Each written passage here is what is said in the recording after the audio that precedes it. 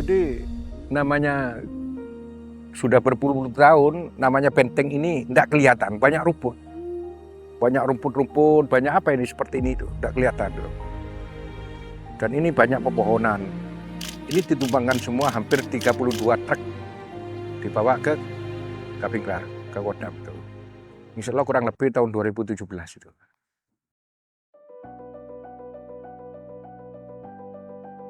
Nama saya Adi Setiawan, saya peneliti dan penulis buku-buku sejarah,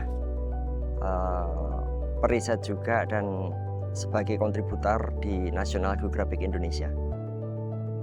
Ya, benteng ini aktif digunakan dalam peperangan saat pertempuran Surabaya, yaitu 10 November 1945. Sampai sekarang di tempat ini bisa kita temui ya banyak bekas-bekas lubang tembakan, juga banyak relik. Relik itu sisa-sisa perang ya. Amunisi, granat itu banyak ditemui di tempat ini. Sangkur, pistol itu ada banyak. Jadi benteng ini bisa disebut sebuah benteng modern pada masanya ya. Karena benteng-benteng lain di Jawa Timur, misalnya Ngawi ya, atau benteng-benteng lain yang masih ada di Jawa Tengah, Vastenburg atau benteng di Jogja, itu kita bisa lihat mereka sistemnya benteng di tengah kemudian dikelilingi parit. Tapi benteng ini beda. Kenapa seperti itu? Kalau ketika benteng model kuno yang di tengah dikelilingi parit dengan bastion-bastion, ini di awal abad 20 itu sudah dinyatakan obsolet. Kenapa? Karena ada ada evolusi yang signifikan di dunia artileri.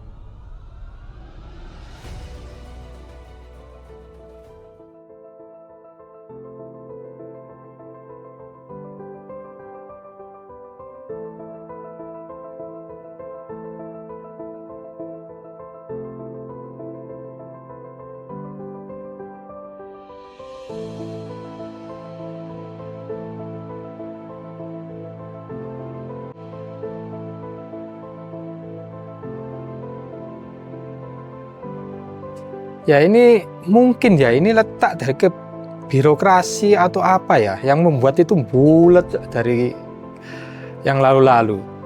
Semestinya misalnya kalaupun itu miliknya TNI Angkatan Darat atau sekitar lahan sekitar miliknya pemerintah Pemkot Surabaya, mestinya ya ada kerjasama lah. Paling enggak ini benteng harus diapakan atau satu benteng gedung aja, kan di sana kan ada beberapa itu dibuat seperti museum atau tempat untuk pendidikan, pengetahuan tentang perbentengan atau militer, kan bisa seperti itu daripada nganggur dibiarkan ada tanaman rambat atau apa. Jadi sayang sekali, tempat lain sudah benteng bagus-bagus, banyak yang bagus. Surabaya mana? Kota lama aja kita telat dibandingkan dengan kota lain. Jadi semoga ada sinergi pemerintah, tentara, TNI Angkatan Laut, Angkatan Darat dan masyarakat itu menjadi satu. Masyarakatnya itu dalam arti komunitas yang punya ide-ide atau punya saran untuk proses menjadikan benteng ini menjadi berguna. Yang sekarang ini kan masih kosong, belum apa-apa. Mafia tanah itu saya rasa itu isu. Jadi kebenarannya itu tidak bisa dipastikan. Kalaupun ada pun ya nggak tahu. Jadi itu isu. Kalau isu kita nggak berani membenarkan atau menyalahkan atau mengada-adakan informasi, tapi bila itu dimiliki oleh swasta itu lebih baik daripada terkatung-katung untuk selama ini, asal itu kan benteng. Jadi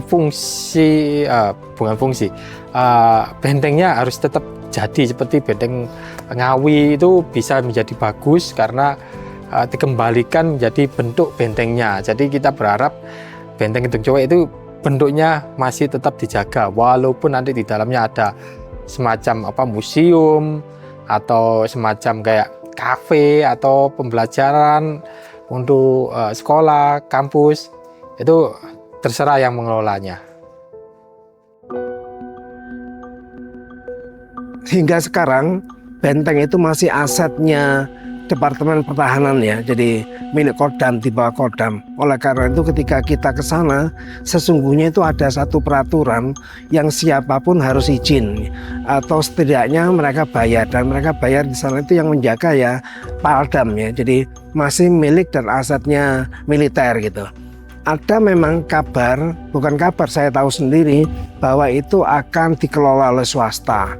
Nah, ketika mau dikelola, yang kita khawatirkan adalah ketika siapapun yang mengelola itu kurang paham terhadap nilai-nilai sejarah atau nilai-nilai penting dari tempat itu, khawatirnya kan kemudian menjadi satu lahan yang sifatnya umum.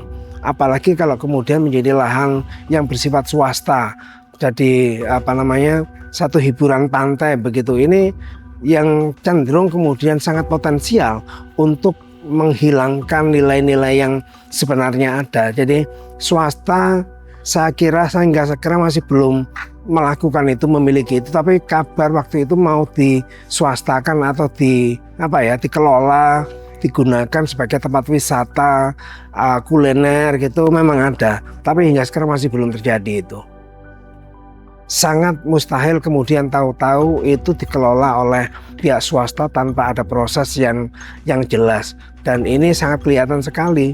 Kalau gedungnya satu unit kecil mungkin saja terjadi.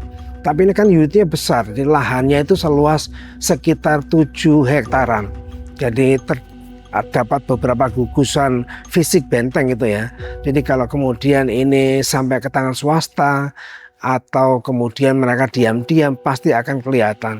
Kelihatan itu cara mereka dalam mengelola. Apakah dibangun ini, dibangun itu, kalau sudah tidak sesuai kelihatan sekali. Jadi karena dia tidak menuruti atau mungkin tidak menghiraukan anjuran-anjuran dari tim ahlinya. Begitu.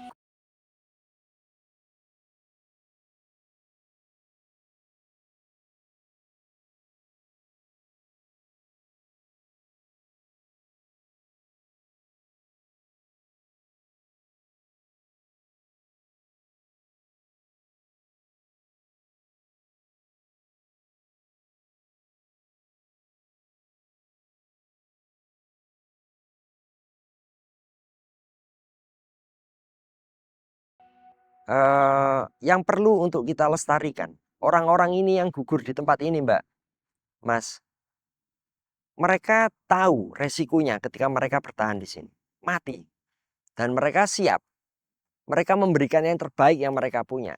Tapi sekarang kita lihat sekeliling, adakah papan penanda, monumen, ceritanya saja nggak ada di sini, nggak ada. Tetapi yang bisa bersuara adalah sekarang ya kita ini, generasi kita sekarang ini. Saya dengan cara saya menulis buku, Anda semua dengan cara Anda membuat film dokumenter. Ini sebuah upaya menjaga memori kolektif yang penting dilakukan secara berantai.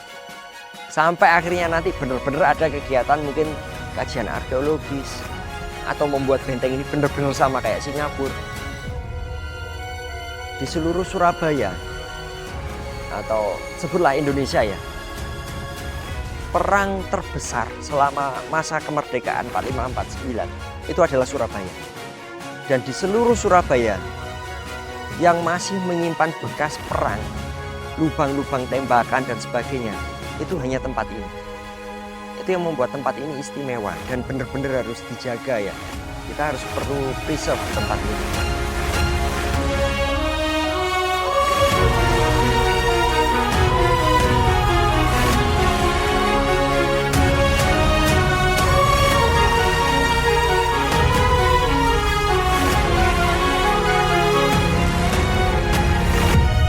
Closing statement saya adalah kenali kotamu, cintai negerimu. Kita perlu untuk mengenali sudut-sudut kota kita. Ini adalah salah satunya. Karena kalau dengan kita lebih mengenali kota kita, sudut-sudut kota kita, maka saya yakini kita akan lebih mencintai negara ini.